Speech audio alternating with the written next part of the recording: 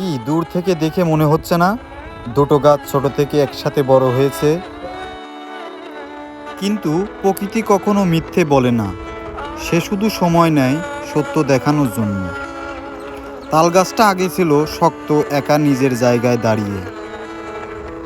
এই বটগাছটি এসেছিল আশ্রয়ের জন্য, বলেছিল তোমার সাথে থাকবে। কিন্তু ধীরে ধীরে আশ্রয় বদলে গেল দখলে, বন্ধুত্ব বদলে গেল বোঝায়। কাজী নজরুল ইসলাম বলেছেন, আমি সেই আগুন যা নিজেকে জ্বালিয়ে আলো দেয়। ঠিক তেমনি তাল গাছ নিজের শক্তিতে দাঁড়িয়েছিল, কিন্তু অন্যের আগুনে সে পুড়ে ছাই হয়ে যাচ্ছে। সব আগুন আলো দেয় না, কিছু আগুন শুধু পোড়ায়।